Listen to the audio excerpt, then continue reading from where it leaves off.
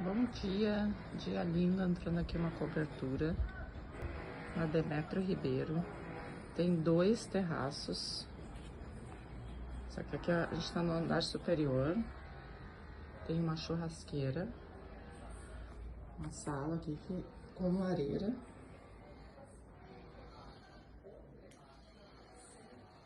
Um banheiro, um espaço super agradável.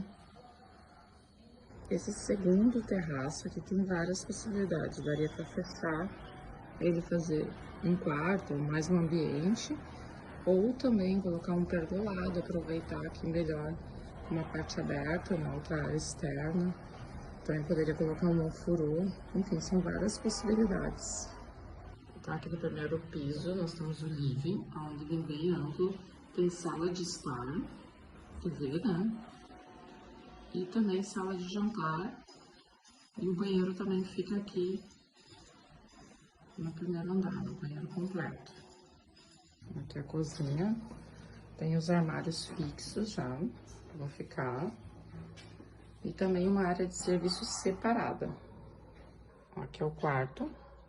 É um quarto com um bom espaço, tem um roupeiro aqui fixo que vai ficar também. Pega um solzinho da manhã.